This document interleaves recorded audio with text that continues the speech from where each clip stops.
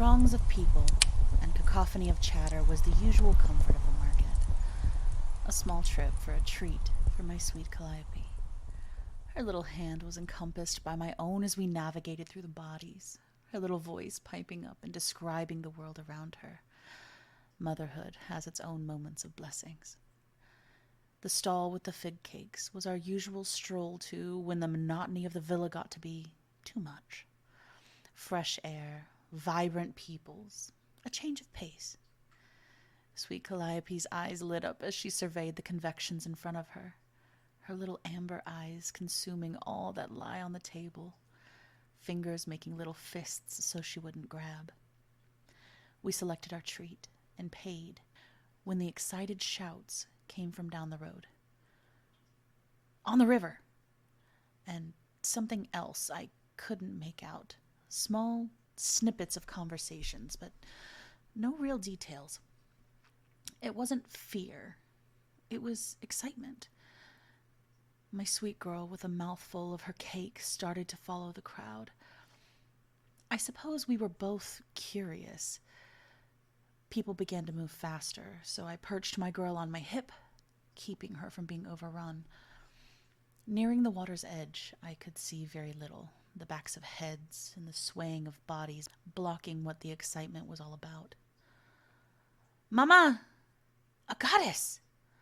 little Calliope cried, pointing her honey-sticky fingers over the water. The vision appeared. Purple sails, dancing women, such a display of elegance and opulence, radiating divinity. My own eyes had never before seen such things. The figure laid under the golden canopy was the real center of it. She radiated everything a goddess should, or would, or did.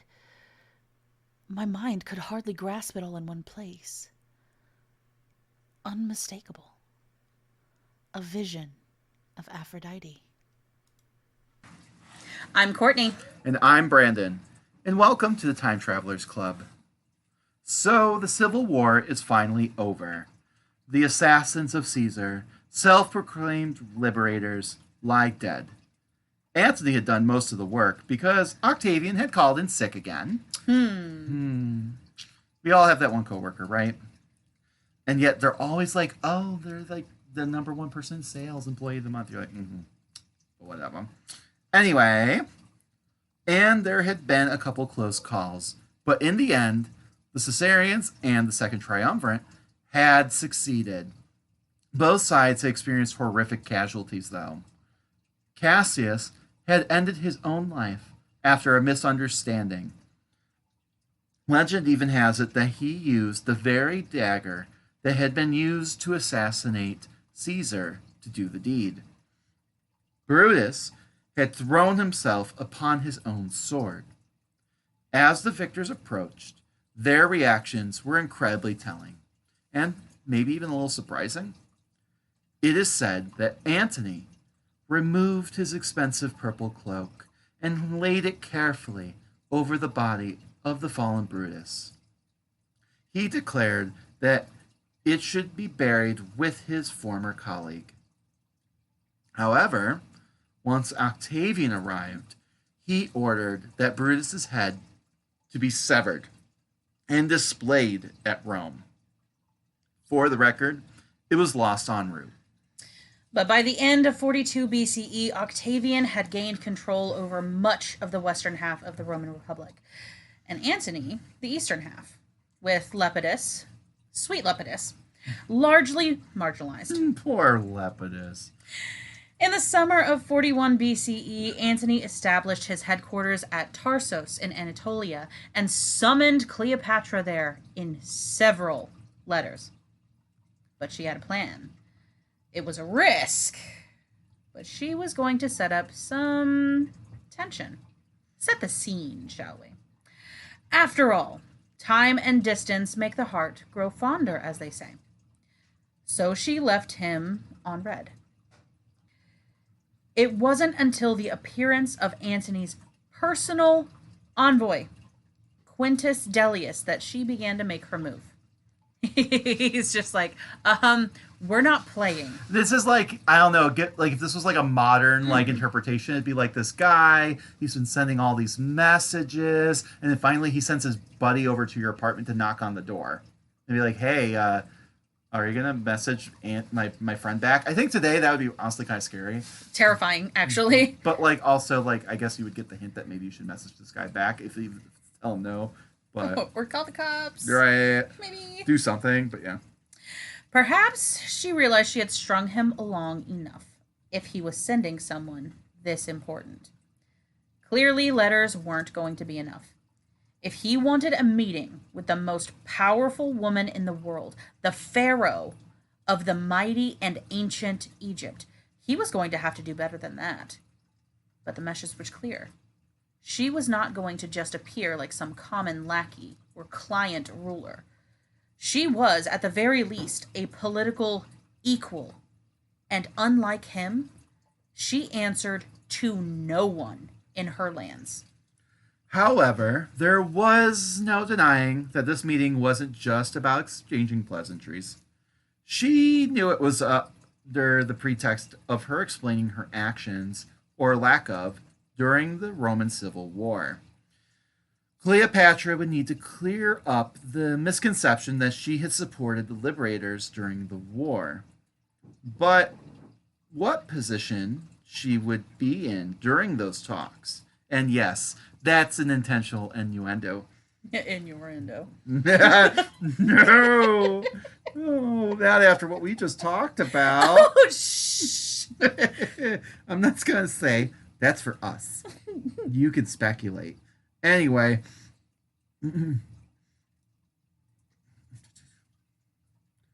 But whatever position she was going to be in, it would determine the outcome. The meeting in Tarsus in 41 BCE remains one of the most calculated and consequential encounters in human history. It wasn't just a meeting of two powerful and, let's admit it, sexy people. It was a high-stakes merger of a bankrupt superpower and a wealthy but fragile kingdom. So, the arrival. But even after Delius's visit, Cleopatra stalled one last time. She knew the situation was tense, but this time she needed to prepare her grand entrance. During this time, to consolidate his power over the eastern provinces, Antony had also been busy. He and his victorious legions had made their way from Italy to Asia. On his journey, he was greeted by adoring crowds in Athens, where he would be ceremoniously crowned and hailed as the new Dionysus. Yeah, and this is like really important to the story, right? It's kind of why we chose at the beginning to discuss, Dionysus and Isis, right? I think Isis became pretty clear pretty quick because Cleopatra kind of made that her brand. But yeah, no, Mark Antony was also known as this new Dionysus. And remember, Athens is kind of his old stomping ground. So remember, not only was Dionysus a god of wine and debauchery, but had a long history of him being a god of the people.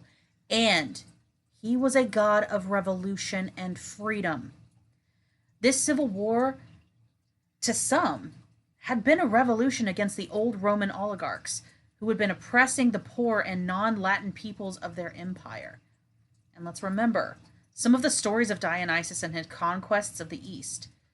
Antony was, in many ways, an embodiment of all of this, especially with his long, beautiful curls, square jaw, and by all accounts, just ripped body. Which I love the biography I've been reading. It's a one on Cleopatra, and there's a quote in there where she says something along. She's describing how hot Antony is, right? Just trying to really bring that point close to home, and she's talking about how he's this short, toga on with rolling hips. So Men with rolling hips. Antony and the rolling hips. Like he's hot. And so he's caked out too, guys. Got that ass. He got that ass. Yes, Smack ma'am. that ass. Make it jiggle. We will absolutely objectify this man in the story because you know what? I feel like we've done not we so much, but people have done that to Cleopatra for so long. It's fine. Let's Absolutely. objectify hot ass Mark Antony. He was easy to look at. All I can think is the cat calls. Smile for me, baby. He probably would. He'd be like, yeah. He was proud of it. Good for him. Good for him. This in combination with the plans of his war on Rome's elusive and ancient enemy, the Parthian Empire. Perhaps he even believed himself a sort of incarnation of the god. Yeah, this was the same empire that poured, was it gold or silver down Crassus's fucking throat? You know, the landlord supreme there. Indeed. Yeah. But perhaps that's why others had failed before. You can almost see him setting himself up as if he was victorious, much like Caesar had before his victory over Gaul. So, as he marched, he eventually came to a city called Tarsus, the flourishing capital of Cilicia, near the southeastern coast of modern-day Turkey. And from there, he had been making those requests and was growing rather impatient. But finally, in the summer of 41 BCE, Cleopatra made her way to Antony. She made the 700, because again, it's not around the corner, guys. Like, he's like, come on, what are you waiting for? It's a long ass journey. Whatever. But she did, and it was 700-mile trip up the coast of the Levant in naval galleys, pausing to stop and rest overnight at cities that lay along the path. This was not a coincidence, and word of this great queen and all the pageantry and riches she carried will have spread like fire, reaching Tarsus long before she did. The air in Tarsus was thick with the scent of expensive incense before the ship even came into view. Mark Antony, the master of the Roman East, sat on his tribunal in the city square, ready to demand an account from the Egyptian queen for her perceived lack of support during the Roman civil wars. But the crowd began to melt away, drawn by a sensory pull towards the river Cydnus. I mean, and that's kind of such an amazing image, right? Imagine you're like doing your thing and drifting along the wind from the sea, which just keep that in mind because we're about to describe what's about to happen, right? Mm-hmm. Like, and it's absolutely part of the imagery. But like you just get this scent, faint at first, then it just rolls across the sea waves, washing over you as they get closer. Like, it's such girl lot. It is a sensory experience. But Jesus, like the pageantry of it all, the goddamn, the theater, right? At the mouth of the river, was a lagoon where she most likely transferred her entourage from those big naval galleys to elaborately decorated barges. Cleopatra entered Tarsus via a port gate, which supposedly stands to this day, while what's there is most likely a much later medieval reconstruction. It is still most likely what marks the spot of this momentous event. Cleopatra did not arrive as a supplicant. She arrived as Aphrodite, and she knew exactly who her audience, especially Antony, was in particular. Yeah, and just like Aphrodite, she's coming from the sea. The She sea is. foam. The sea foams. More so than Caesar, he appreciated hedonistic spectacle. It would be the displays of wealth and power that would win his heart over. So she floated up the bright crystalline river in a blinding explosion of color and scent. Her barge featured a gilded stern, purple sails, purple, guys, highlight that, purple sails, and silver oars that glinted in the bright sun as they dipped in and out of the water. Had she not already proven herself supreme at stage management? There was no question now. Her fairest young women were dressed as sea nymphs and graces, some steering the rudder, others working the ropes, and yet still others playing sweet music on flutes and harps. Cleopatra herself was the grandest character of them all, though. She lay under a canopy of gold. It was gold cloth.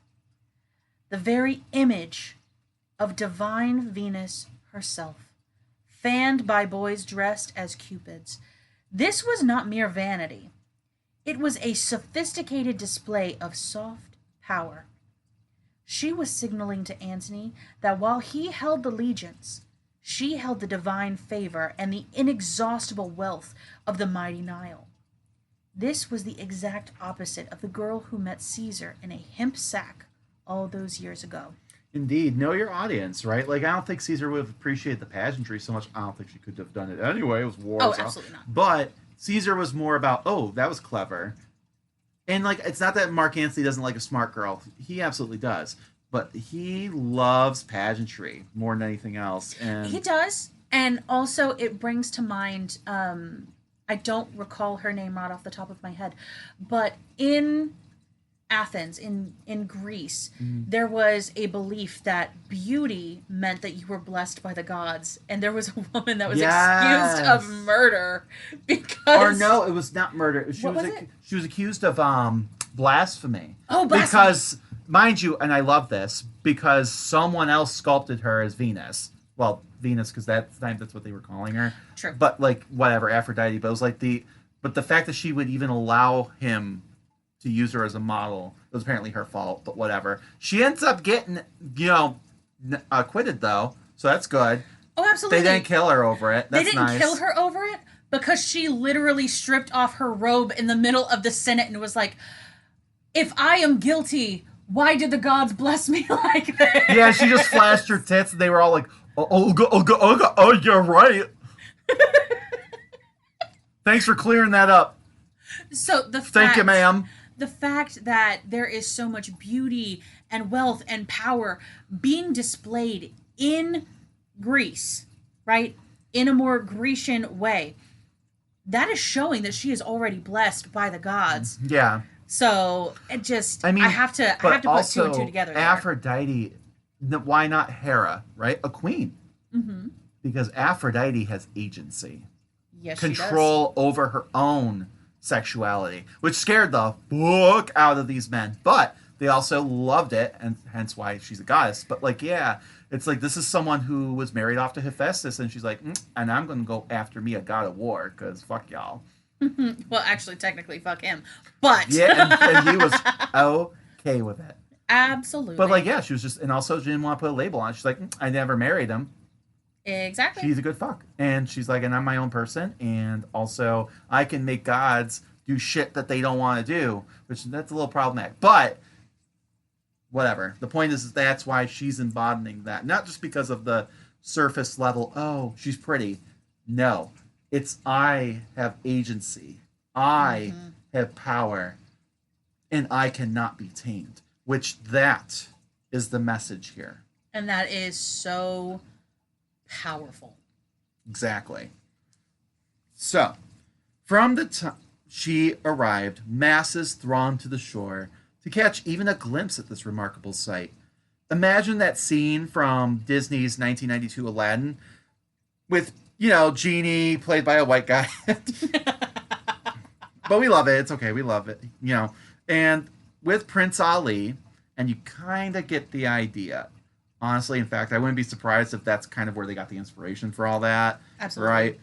But as it came to its end, Tarsus emptied entirely. So Antony, who had been sweltering in the hot marketplace conducting business, found himself quite alone on his tribune.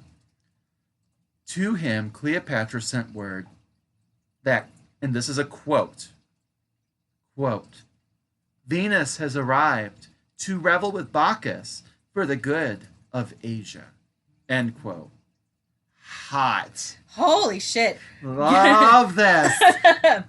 She just, come here, lover boy. Yes. Will he respond? He's stupid if he doesn't. He's definitely stupid if he doesn't. But wasting absolutely no time, Antony sent a message inviting her to dinner. That's our boy. She countered by inviting him to her ship instead. Ooh. She was setting the tone here. And she would really be the one that was on top. Yeah, she would. Ride him, girl. By forcing him to come to her, she established herself as the host and therefore the superior in the social hierarchy of the ancient world. What you guys aren't seeing is the gestures she's making. She says, forcing him to come to her, and she's like the finger wag from like old timey cartoons, and I love it. I can't help but You talk can't with my see hands. it. I love it. Here's the thing. Eventually, when we have like cameras on Yes. everything, it's gonna make so much more sense. But what happened next would reveal in both parties the kind of behavior Cicero had deplored. He would be rolling in his grave. Yes, he would. And Roll, fucker. Good. Roll. We love this. So, when Antony stepped onto the deck, the immediate conversation was a dance, likely a dance, right, of Roman bluster and Egyptian grace. He likely began with accusations like, why had she not sent me more help against Brutus and Cassius? And, I don't want to call it her defense, but because it's not really a defense when it's true, right? No. And, she spoke of the intrigue and the unrest of the previous years, the grain shortages, the plague, the drought, the famine, the internal revolts that had stripped her of her standing military. The Romans. Yep. Yeah, I mean, hello, they're not Egyptian forces. These were Roman forces left to her, and she essentially was sending them back, and they made their own goddamn decisions because they're grown-ass men. They're grown-ass men, and they don't have loyalty to her. No. They have loyalty to Rome. Rome was in a civil war. Yeah. They chose their side. I mean, and at the end of the day, if they were, left there by, Julius Caesar, that fucker's dead. Okay? That man be gone. So, the one person they would listen to is not there. So they're making their own political. You thought that they were a monolith and they're just pawns they can push? No, they're people with their own ideas and opinions, especially their leaders. And maybe the leader, like we discussed, got there and was like, you know what? I agree with Cassius and whatever. Maybe they were a little salty that this guy left them there to take care of his side piece. And they're like, what the hell? Take care of his side piece. We don't get to go home. No, but for real, I'm not saying that's right. I'm just saying that, but think of it from their perspective. You think they didn't want to go home? Oh, guaranteed they wanted to go home. And they know if they continue to work for Cleopatra, they ain't going home. No, absolutely not. While we're making it, we last episode kind of talked, it was betrayal. And it was, I don't know, I can kind of empathize. I mean, also she was a woman, they can't stand vagina, but, like we said, They like butthole. they don't like that either. They don't like that either. They don't like sex. Sex is gross. That's just the way the Roman Stoics are. Also, vulvia. But for real, but on the other hand, let's humanize them. They had families and stuff, and they're being told you get to be stationed here. Possibly forever. Right. It's I get it. I could get that too, right? Mm-hmm. We are only getting these stories, a lot of times written hundreds of years after the events happened, but also through the filter of people who were rich, old, white, and probably not even there, even if that had been the right time period, and we're getting it through their opinions. No one's from the army, a common soldier, writing this down. No. And even if we did, we would only have one account. So it's not everyone's account. No. It's not like today where you can interview these people. It's not like Cicero where he had his burn book and he was constantly writing his thoughts and his feelings.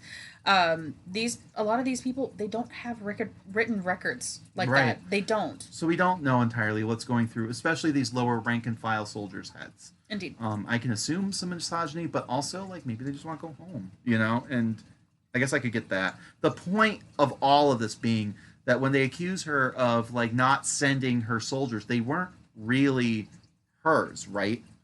So, and she's explaining all of this on top of the fact that all that internal stuff that was going on. And the negotiation was never about Cleopatra providing these extra freaking soldiers. Antony knew her army was depleted. Instead, the deal was wealth for protection. It was a protection racket, right? Just like it had been before, right? Always. Right. So Antony needed he had thousands of veterans to pay, and the same reason those ones probably abandoned Cleopatra, because they were promised all this crap, and then they were still forced to stay there for years, right? After they had been away from home for years. Some of these people had been away from home for 20-something years. That's insane. It's crazy. Right. And so he's got veterans who he has to pay, and a massive campaign against Parthia now to fund, right? And he needed liquid capital, that gold, silver, and most importantly, Grain. Gotta feed your people. Now, Cleopatra, she still needed this quote-unquote Roman sword, right? Which we don't love it. Okay, I want her to be beautiful and independent and didn't need no man. But for whatever reason, maybe it's because it's a quick fix. I don't know. Because right now she ain't got no military. And during the famine, I guess I could understand why she wasn't raising her own Egyptian forces. But now that it's all over, you can kind of question why. I can only say it's probably because of just time. And do you really want to be vulnerable for that long to train a whole new army? Or it could have potentially been seen as an act of aggression. Correct. So I don't know 100%. I could see that. My point is that she, for whatever reason, believed, whether it was the status quo, whether there was other things going on, that she still needed this Roman protection, right? Even though she's been burned many, many times. She wanted her throne secured, right? You are the queen. And her sister Arsinoe, remember her? The 13-year-old who pretty much said, went out the burning palace during a siege with her middle fingers up. Yeah. Because, her sister was shacking up with this old fart. And she was like, fuck you guys. This is bullshit. This is disgusting. You're gross. And then, she was like, piecing the fuck out of there. But then they lost, so they shoved her ass, out in a temple somewhere because Cleopatra told Caesar, yo, you need to kill this bitch. You don't understand my family. And he's like, no, she is 13. Relax. I could see both sides of that argument. She's 13, relax. But we know that he killed a lot of people in Gaul. I don't know what, but, when they're royal, somehow it's different. But whatever. Apparently. Whatever. So she's still there. And she's like, so for the final time, kill that bitch. And she also wanted the return of Egyptian territories that Rome had annexed. And that, honestly, is some big dick energy. Very much so. Right? Essentially, she would go and fund his war, and in this exchange, his legions would become her de facto national guard. So, to seal the deal, Cleopatra hosted a series of banquets that lasted several days on her grand ship. These weren't just dinners.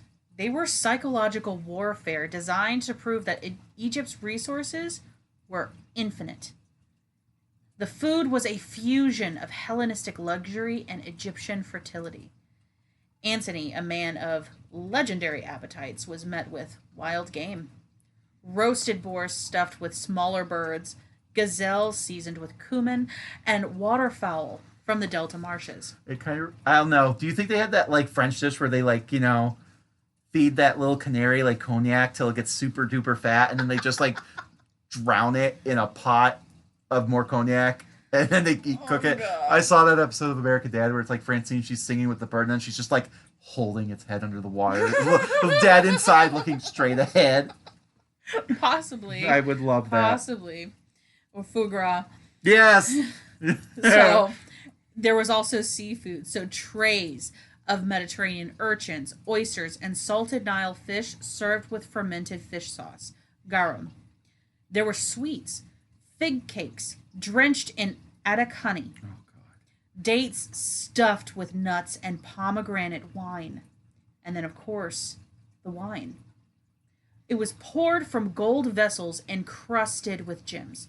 Vessels she reportedly told Antony he could keep as parting gifts for his friends. The bitch got party favors, guys. Also, I don't know, if I was a peasant, I'd be kind of mad. Like, look, I don't know, maybe if I was Anthony, I'd be like, I thought you all just said you had a famine. Where's all this food coming from? But they can't eat golds and gems. I know, but there's a lot of food here. I'm just saying. Like, I don't know, but like, yeah, my people were starving, carved into the boar, stuffed with more birds. Like, I don't know. It's just, I know. It's they're rich. They're the Bezos. No one's a good guy in the story, guys. These are rich fucks. They were never going to starve, okay? No. Unless they're captured by enemy or something. Like, if they have any kind of free agency, they were never going to starve, okay? Oh, absolutely not. Like, literally, they could be the only people left in the kingdom, and they would have had food. Okay. But, you know. So, these negotiations lasted roughly, you know, like about 4 or 5 days, weeks, something like that. What brought them to an end, though, was, you know, not a disagreement, but they were totally aligned in interests. It was a smashing success. Everyone's happy, right? Well fed, whatever, you know, everyone's satisfied. That's all I'm saying. Antony, though, was captivated. But, like, not just because she's hot, because she is hot, but because, honestly, he's like, damn, girl, you got this shit down. He was impressed with her efficiency and this, honestly, the management of this. It was a good impression, right? It was like a business deal. I mean, and the history sometimes makes it like she was seducing him. I like to think if it's a seduction, it's almost like a Wall Street kind of thing. Yeah, it's more of like a business seduction. You wine and dine your clients. Like, think old school real estate agent. You're taking your clients out for dinner. And, like, of course they're going to fall in love and stuff eventually, like, especially him. But, like, that happens over time. But, like, at least from here, this beginning, right? Like, it's definitely, like, you know, she's very cool. Like, they just spend, like, 4 or 5 days. Like, she's fun. We've had this good meal. And then, like, she seems to have a good head on her shoulders. Like, she's around my age. I remember her that one time when she was, like, 12, and I thought she was hot, which is problematic, but whatever. She's like, oh, yeah, you were that hot 12-year-old.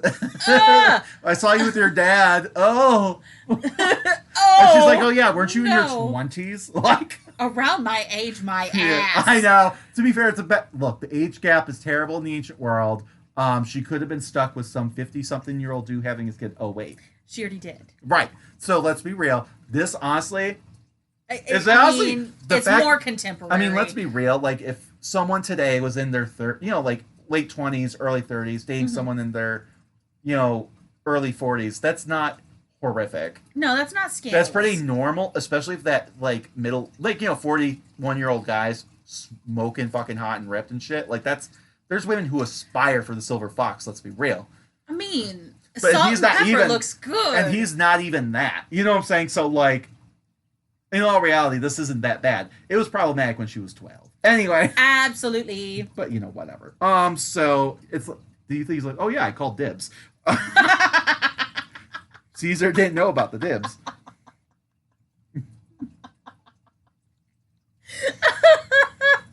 So, on a serious note, though, this was the final deal. First was the elimination of rivals.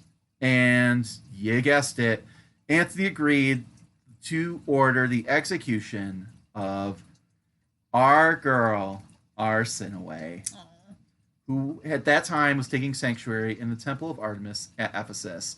Actually, from what I understand, like, the story's pretty ratchet. The guys show up. She's in the temple, right? And, you know, of course, the priestesses, because the Temple of Artemis in Ephesus, amazing. Mm-hmm. It's about womanhood and empowering women, and it's great. But yeah, so they're like, well, you can't kill her here. So they pretty much dragged her out by her, like, hair, and then choked her to death on the steps of the temple because she was no longer inside the temple. It's like that scene from, like, The Hunchback of Notre Dame, the Disney version. Imagine if Frollo had just gone in there, dragged Esmeralda by her hair, and just killed her on the steps instead. Much it's like Sanctuary. Quasimodo's mom. Right, but, like, imagine if they had she's like Sanctuary, she had actually made it in, and then they just, like, went in there and dragged her out anyway. Yep. I have to wonder, though, what is up with Romans and strangulation. Like, did it, Oh, that's a rabbit hole we can't go down today. oh, okay. There's rabbit a hole. lot there, including murder holes. We talked about the murder holes before. Well, there's the murder holes, but I've learned actually a little bit about essentially like, so when they killed Mark Antony's stepdaddy there, specifically the word is used sacred strangulation.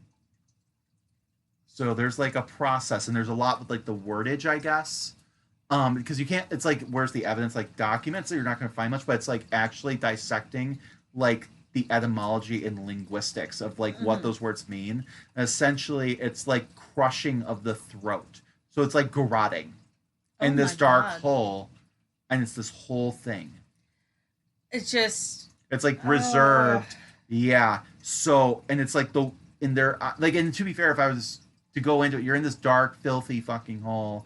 No light touching you. Even the sun is not allowed to see you for your shame. As they like crush your throat with like this like thin rope. It sounds like almost like a piano wire almost. Not piano wire is thicker than that. I'm just trying to think of like the gauge, like twine. Possibly. Like it's not because they say rope in particular, but I can't imagine it's like if you imagine like a hangman's noose or something. It's not that. No. It's like thinner than that, but it's like the point is like to pull until like it crushes it. Oh God, that would take time. Correct. And mind you, some of these people were in the murder hole for like from Vercingetorix's case because they did that to him 6 years. Yeah, poor Vercingetorix. You know, he deserves maybe a story one day. Yeah, because he was starved for a long time too. So all right, back to where we're supposed to be. So try to not imagine maybe a young 20-something-year-old getting her throat crushed garrotic style on the temple steps. So then there was that territorial expansion thing, right? And Antony promised to restore parts of Syria and Cilicia to the Ptolemaic Empire, which is kind of wild. He's just giving away territory of his country. Yeah. Indeed. Right. No permission. And then he also probably wasn't hard to convince him. Promised to winter with her in Alexandria, right? So like let's continue talking back at my place. Netflix and chill, right? Netflix and chill. Right. Nothing shady going on here. Never. As we are about to see, because Caesar did the same thing with her, remember? Yes, Little he did. pleasure trip down the Nile, yeah. Indeed. And that ended up with a baby. No spoilers, though. No spoilers. So despite their agreement, they did not stay together for long. By 40 BCE, Antony had to settle affairs in Syria and deal with the fallout of his wife Fulvia's political maneuvers in Rome. Which, I mean, about that Syria part, really? They were kind of upset that you just sold their entire country to another nation? Oh my gosh! It's almost like Greenland? Anyway. I'm... Are guys spoilers? Something like, oh. Spoilers! But, don't worry. We're about to get into it because this is a whole ass thing. So... Fulvia, of course, she played a large role in Mark Antony's political career. This is why Cicero hated her. Right? Because she has a vagina. Because not just because you have a vagina. She was a vagina and wouldn't stop running that fucking mouth, okay? True. Like, how dare you? Who told you could talk, lady? True. Very true. She's not at home, barefoot and pregnant. How dare you? So she was involved in his policies, such as the decision to give Sicilians Roman citizenship. That's actually really cool. It's good overall, but... Also, why didn't they have it already? A good question. Very good question. Well, I think I have the answer to that. It's because they were Sicilians, they had a native population, and then they were also Greek. That's where we actually get the word Greek, actually. Yes. From there. Because the Romans were like, oh, you're all Greeks. They're like, no, that's the one town over there in Sicily. We're Hellenes. And they're like, oh, Greeks. Okay. And it's stuck. But yeah, so, I mean, but that's cool. She's like, hey, maybe we should give some of these people, like voting rights. Rights? That's wild. Fuck wild. So she also confirmed Deiotarus in his kingdom. So he was, what was it called? Like a chief? Like a high chief? It was Or called pretty much a king? the chief tetrarch, which I mean it's nuanced. We'll just say like a king or like the head chief, right? Something like that. There was this Gallic tribe, which when we normally think of Gaul, we're thinking of like modern day like France, parts of like Germany and Austria and stuff like that, going up into like Belgium, parts of Spain, right? They're not a monolith. This is what I know. This is crazy, but they're not a monolith. But there was also another small population in like Asia Minor. So they were kind of this like island out there. But yeah, Very much. But she was also a very, very persuasive campaigner for her husband. So obviously, we know this woman can talk. We know that she is very vocal, and she will let the people know exactly what is on her mind. and she's also loyal as hell. Yes, she is. We love her. It is also possible that former Clodian policies were continued through him. But they had 2 sons together. Both of them are going to be Marcus Antonius. So you're going to get Antyllus. Well, you've got Marcus Antonius Antillus because original, and then it's Illus Antonius. Both of them are Antony, though. Both of them are Antony. Both of them are Antony. So Antyllus and Illus. Which I think I could be wrong, but then you had like Cicero's brother, also Cicero, but he was Quintus Cicero. I don't know if that means like Cicero 5. Like it's like the pretty much. Like you're Cicero 1, Cicero 2, Cicero 3. Not the first, second, or third. It's just like they do it with the daughters. We talked about that. So. Absolutely. But throughout their marriage, Fulvia defended Antony from Cicero's attacks, sustained his popularity with his soldiers, and was a block and hindering of Octavian's ascension to power. And yeah, we know that she definitely helped Antony with Cicero's attacks. Oh, yes. Summoned. Summoned. Fucking. Backhand his ass. Stabby stab. Stabby stab. Fulvia still retained the support of the gangs formerly ruled by her first husband, Clodius. So she still has a backing of her own. Yeah. She's got street gangs. She got the street gangs. She's the Peaky Blinders. You peaky. I'm the peaky fucking blinder. That needs to be Fulvia. You're gonna have like all these like Cleopatra, Marcus, Antonius, Cicero. I'm fucking Fulvia. You have Cleo like, Antony, darling, come to my bed. And then they cut to like a Fulvia scene. She's like, oi, where's my husband?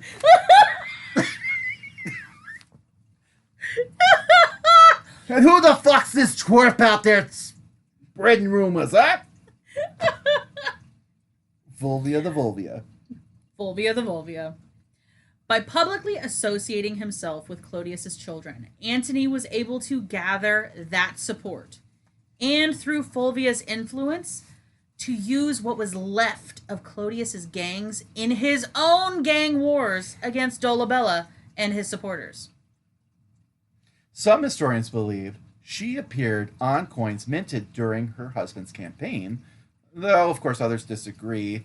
But honestly, I hope so. Girl, represent. Get it. Get it.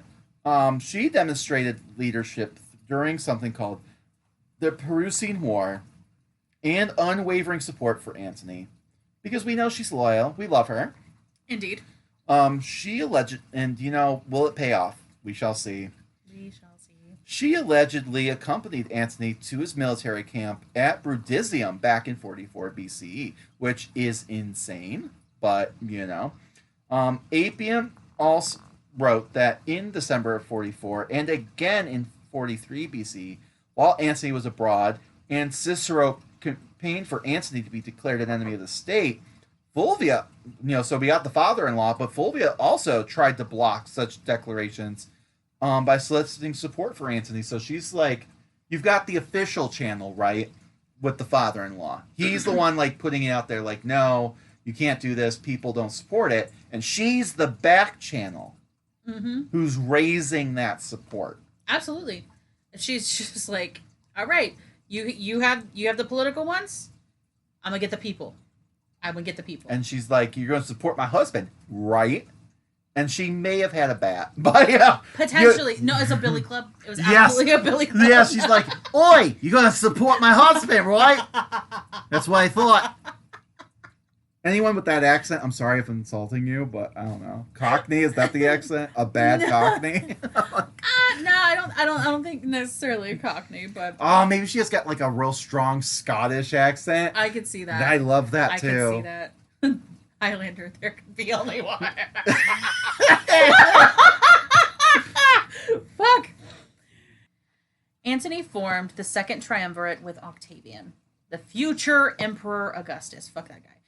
And Marcus Aemilius Lepidus. Lepidus is just my favorite now. Yeah, Like, he's butters. He's my favorite. He's just a good boy. He's a good boy.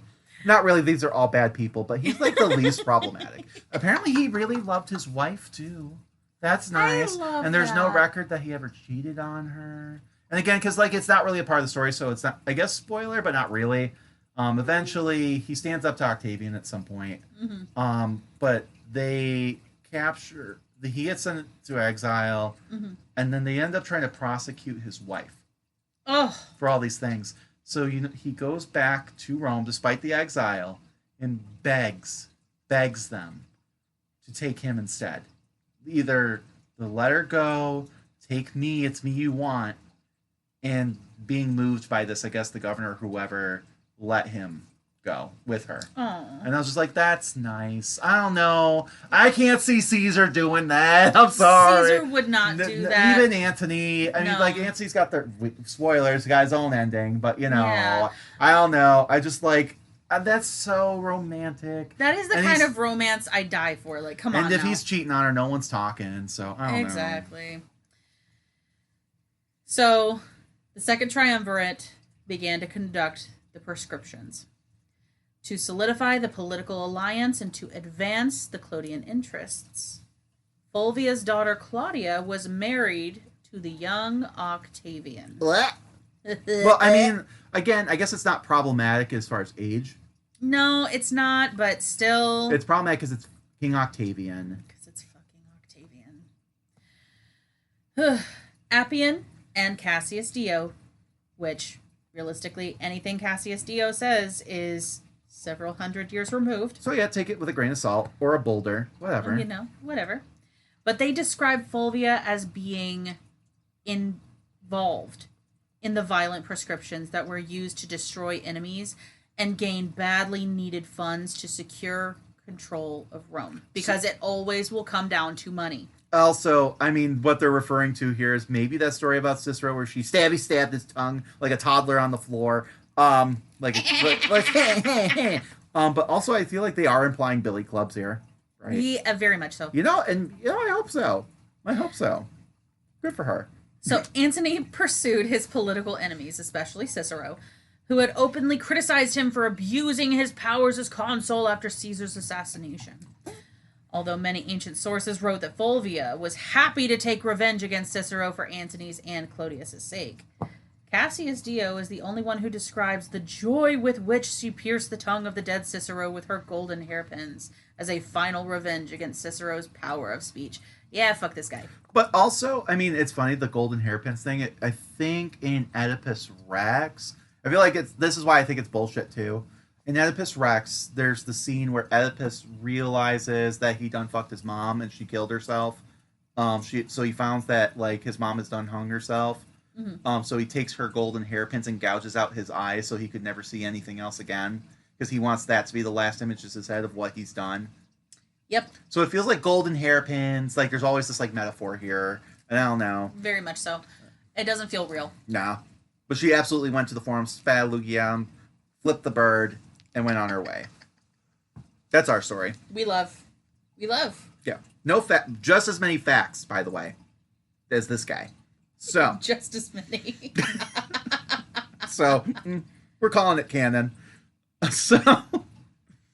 So in 42 BC, Antony and Octavian left Rome to pursue those assassins of Julius Caesar. You know, we beat that one to death, right?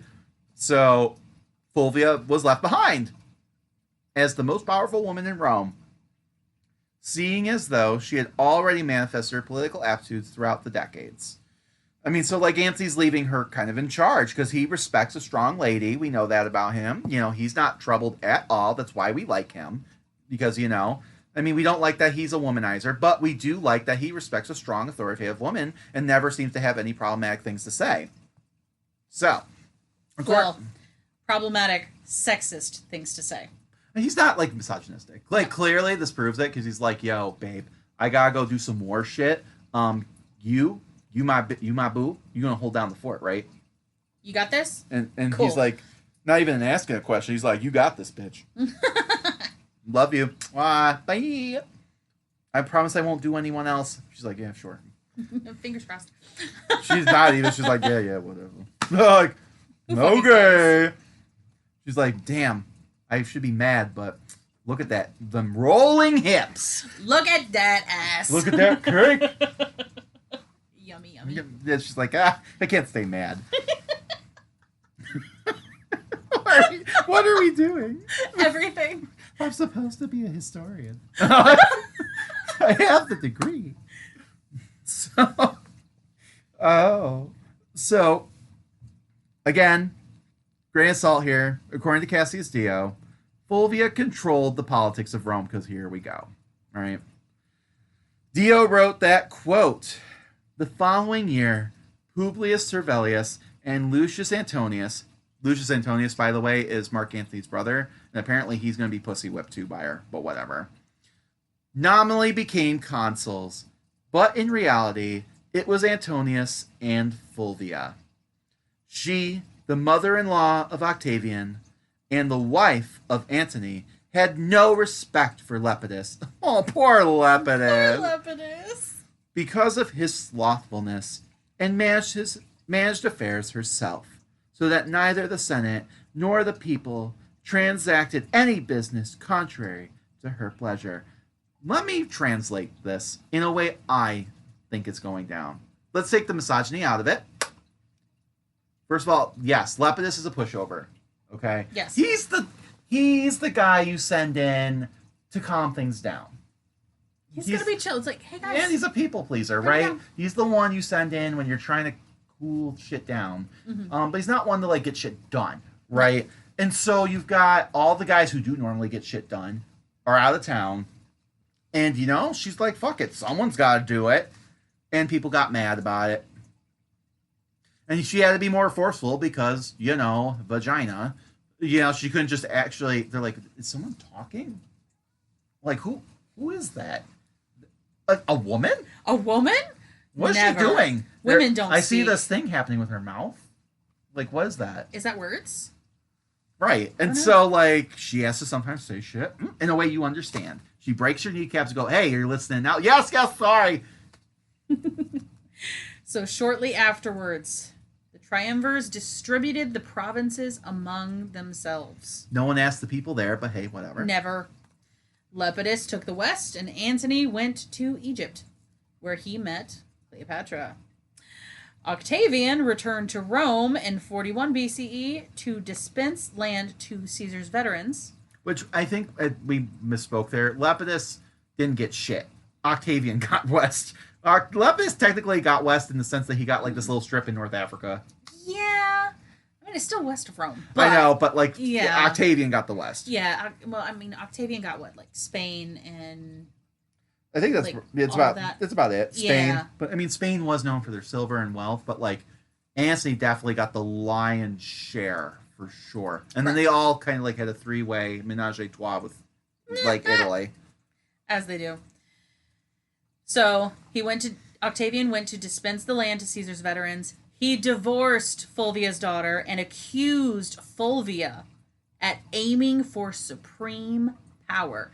So he's accusing her of trying to be a Caesar. Well, and it's underhanded bullshit, but it's kind of brilliant, right? Because so what he's doing here, right, essentially is he runs back to Rome while, you know, Antony's busy, and he goes ahead and does all the land grants to Caesar's veterans before anyone else could. Yep. So he's like, which to be fair, they have been fucking asking for a while. But since he's the one who signed the check, he gets to get the credit. I wonder why signing the check in a certain time period and And then, of course, this poor bitch don't get a thank you for holding the fort down because Octavian don't give a fuck about her. So all he sees is, oh, that's pretty much Antony here. But with a vagina, so I have an advantage. Indeed. So, of course, Fulvia spotted this immediately. And she saw that Octavian was gaining the veterans' loyalty instead of Antony. Yeah, I mean, this is definitely at Antony's expense, right? Completely. So Fulvia traveled constantly with her kids to the new settlements in order to remind the veterans of their debt to Antony. Yeah, and I mean, this is smart. I mean, she's not... I mean, she probably has to bring the kids with her. I don't know, maybe not. She's rich. She probably could have, left them there. But by bringing them with her, it's giving this, misogynistic... She's playing into the misogyny. Really I'm is. a mother. These are the children of this great general who, who was in Gaul? Not Octavian. Who was at the Rubicon? Not Octavian. Who stopped Pompey? Not Octavian. Who was there in Alexandria? Well, technically not Antony either, but whatever. We're going to skip over that part. I mean, technically Antony's in Alexandria right now. But... Well, no, but I'm thinking okay, maybe don't talk about that part. That was when Antony was in charge of Rome and he kind of fucked shit up. But we're going to skip over that. But who was there when originally when he got assassinated and shit? Mm-hmm. Right. And so she's like, you owe this guy. And everything. Right. And Agrippina the Younger and the Elder, Agrippina the Elder in particular, did years later, does this campaign. It is brilliant because Roman men in particular are suckers for moms. They love MILFs. I think it's because of the Romulus and Remus. Let's say they have mommy issues. They got mommy issues. So Fulvia also tried to delay the land settlements until Antony returned to Rome so that both of them could share the credit. Right. She's not even saying Antony should get all of it. She's just yo, you're taking credit for all this shit and that's not right. Nope. That's it. That's her audacity, by the way, that she gets condemned for throughout history is that's not fair. A, where were you for most of this? But also, did you call in sick? Did you call in sick again? Were you in your sick bed? Right. During the battle? Right. But whatever. But, she's I'm not even saying you can't sign the check. Just... Sign it together. Right. So with Octavian in Italy and Antony abroad, Fulvia allied with her brother-in-law Lucius Antonius and publicly endorsed Mark Antony in opposition to Octavian. Yeah, because she's kind of left with no choice. This guy's not playing ball, and the guy who should be there is not. Mm-hmm. So, I mean, what else was she going to do? I mean, honestly, her fault here is loyalty. Correct. She's a better person than me. There's a point where I've been you know what, fuck it. If you can't be bothered to be here, I'm not doing this. I see what happens to fucking women. And then, I'm rich AF. Mm-hmm. I've done my part. Peace. But she keeps going because she's a better person than me. So, together with, Lucius Antonius, Fulvia raised 8 legions in Italy to fight for Antony's rights against Octavian. 8 legions, guys. This woman. Yes, she has Lucius Antonius, whoever this guy is, right? Because we have not heard of him up until this point. He can't be that important. But, she helps raise an army, a woman. 8 freaking legions. And, that's going to be important in a minute. Remember that number. So, she raises these 8 legions in Italy. These are homegrown. To fight for Antony's rights against Octavian in an event at this point called the Perusian War. Which, honestly, I love this for her. A woman... Well, it wasn't her fault, but whatever. Still, a woman starting a war. Love this. The army occupied Rome for a short time, and Lucius organized his troops at a place called Praeneste, but eventually retreated to a place called Perusia. That's where this place gets the name from. Today, that would be modern day Perugia, which I'm pretty sure is like at the southern end of Italy there. I think towards the boot heel, maybe? Something like that. There, Octavian would besiege him, which, siege is not great. No. Lucius waited for Antony's legions in Gaul. So, not that he's waiting in Gaul, but the legions Antony owns that are in Gaul, right, to help come to his aid.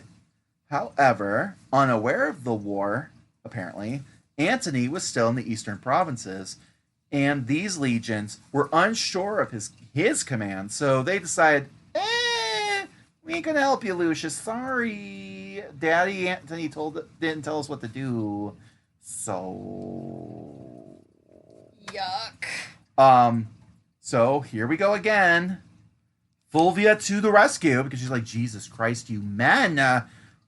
So she ends up helping him and urged Ventidius, Asinius, and Calenus from Gaul to help Lucius, and having gathered another army, she sent it to Lucius under the command of Plancus. So she raised another army. She did it again. Oops, Again. She did it again. Like, God, like, I love her because she's like, you men ain't shit. She gets it done with less resources and less authority. Like, she's just like, what the fuck's wrong with you guys? Like, get in there. And they listen. Absolutely.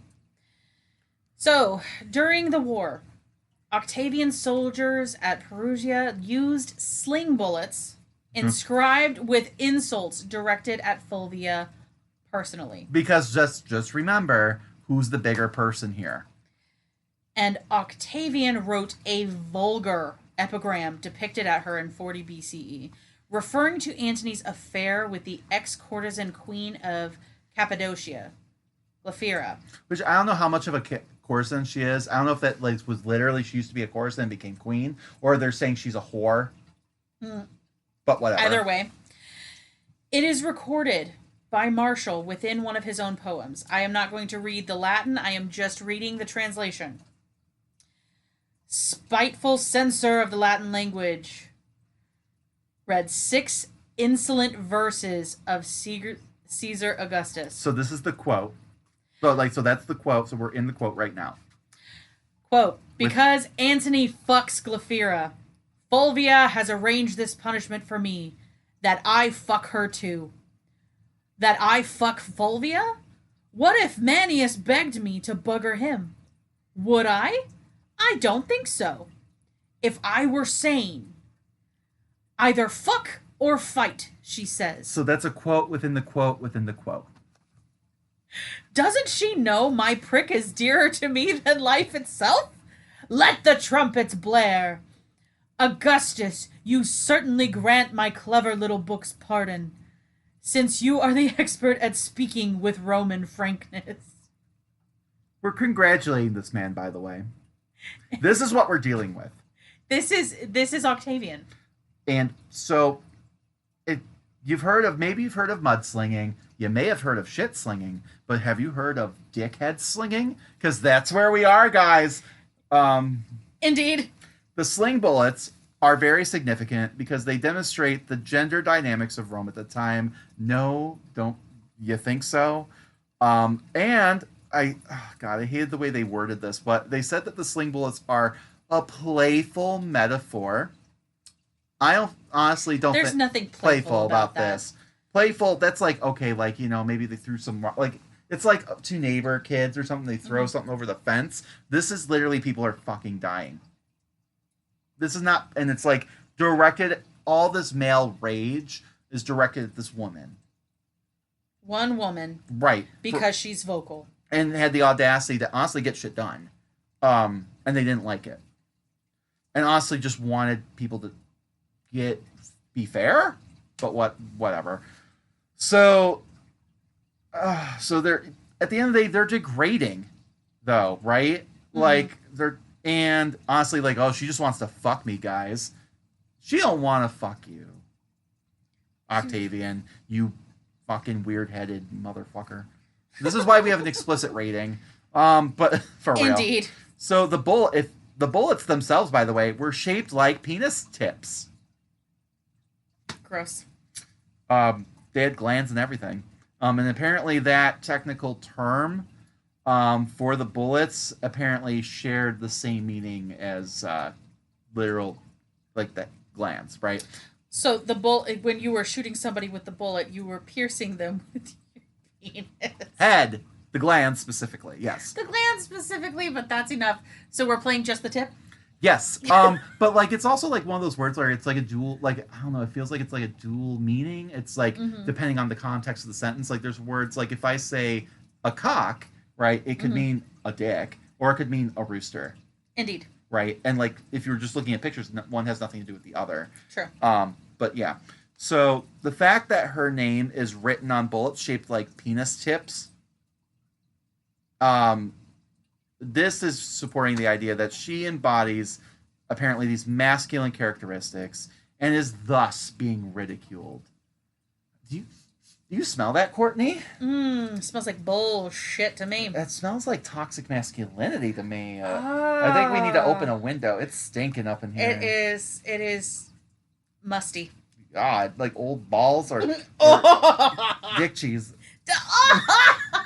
Since we're on the topic. God, not the dick cheese. Poor Fulvia. But it's her assertiveness and boldness that is being vilified here and is intended to undermine her legitimacy. So, this gets to the heavy part. The siege at Perugia lasted 2 months before Octavian starved Lucius into surrender in February of 40 BCE. Yeah, because, I mean, the campaigns, as we've kind of touched on before, usually don't take place this time of year. That means they've been holding out all winter. There was no food. There's no, like, it's not like they had fields or stuff. They're, like, people are already tight. And this came out of nowhere. There was no time to prepare. And so for 2 months, they were just holed up. It had to have been miserable. So after Lucius's surrender, Fulvia fled to Greece with her children, as she should. Right. I mean, she got the fuck out of Dodge, and I get it. She's being mom and getting her kids out of there. I mean, and, like, they're going to paint her as being a coward, but whatever. Appian writes that she met Antony in Athens, and he was upset with her involvement in the war. Oh, Antony. Antony then sailed back to Rome to deal with Octavian, and Fulvia died of an unknown illness in exile in Sicyon, near Corinth, Achaia. After her death, Antony and Octavian used it as an opportunity to blame all of their fighting on her. Oh. You know, the thing is I don't want to believe it, right? I like to think that Antony... See, I'm conflicted right now. On the one hand, we have seen Antony loves a strong woman. He'll continue to love a strong woman. Their relationship seemed pretty solid. However, we have also seen him trade up. And Several times. And is this trading up? Because he already had Egyptian Queen Pasquale. And also, like, has Fulvia... is she expendable now? Like, she's no longer useful. And so... He's like, if I just throw her under the bus, it can just be like it never happened. Indeed. And that just...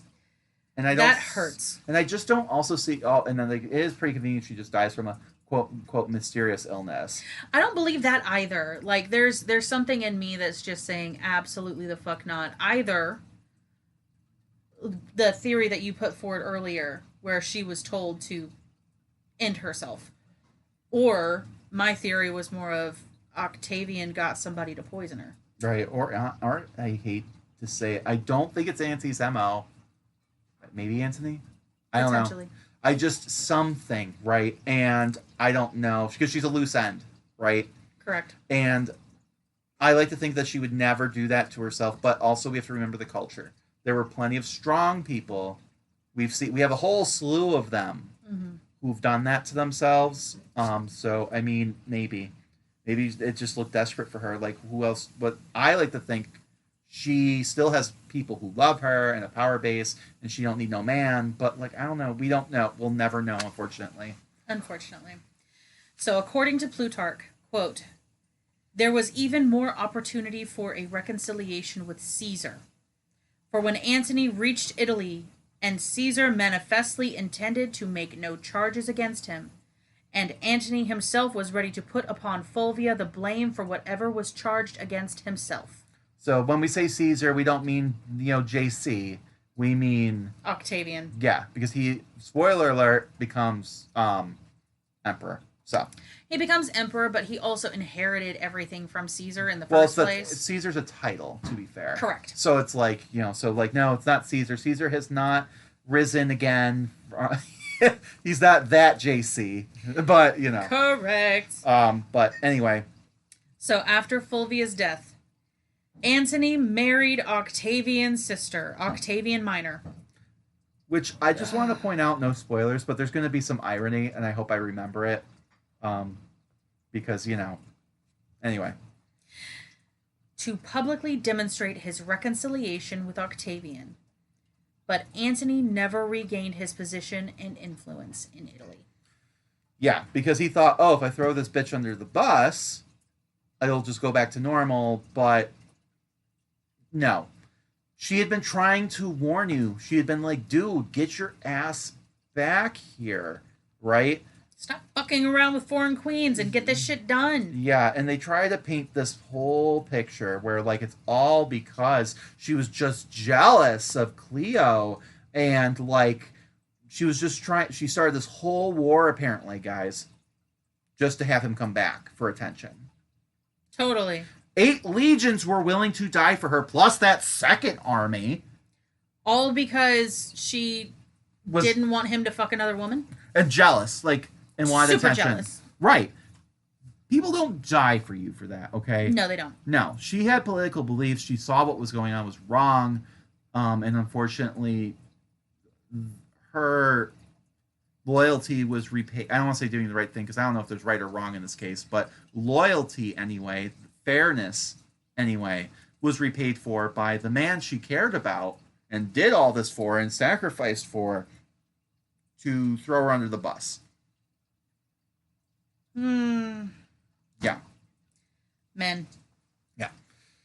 Once Antony and Octavia were married, she then took in and reared all of Fulvia's children, because that's what Octavia is going to be known for, which is kind of messed up, as being like essentially like this like nun who takes care of all the fucking Antony orphans.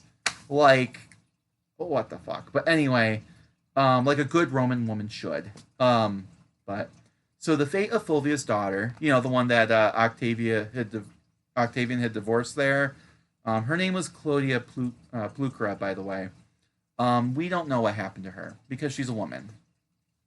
The last thing we know about her is that she got dumped by this twerp. That's her legacy. Her son, Marcus Antonius Antillus, was eventually executed by Octavian in Alexandria, Egypt in 30 BC. Her youngest son, however, Illus Antonius, would eventually be spared by Octavian. How gracious of him. How kind. And raised from 40 BC by Octavian Minor. And there's a trend here. If they're young enough to manipulate or groom, we're keeping them. He keeps them. But if they're too old, they gotta go. They end up fucking off and telling them where to shove it, and then they end up dead. So, if you can get them young, they can live. Creepy. Yeah. So Illus married Octavia's daughter, keep it in the family, and Octavian's niece, Claudia Marcella Major, because, yeah, Octavia's daughter, Octavian's niece, God, these names, and they would eventually have a son, also called Lucius Antonius, and possibly a daughter, Iula Antonia. Because again, she's a woman, so So, on that note, that's where we're going to leave it, on a bummer. But don't worry, guys.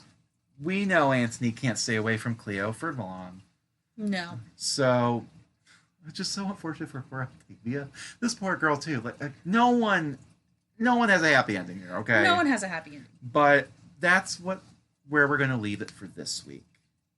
If you like what you heard today, please give us a positive review on whatever platform you listen to this podcast on. It goes a long way for us to appease the algorithm gods and get this suggested to others just like you. The more that we can connect to our fellow history nerds, the more that we can build up a community and keep this show going.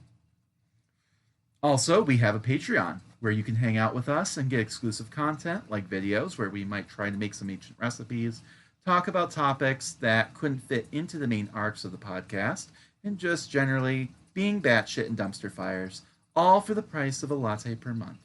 Research materials, books, all that costs a lot of money, and it takes a lot of time to create this show. So anything you can provide for us would be a huge help. We can't wait to see you again next week, and as always, thanks for listening. Bye for now.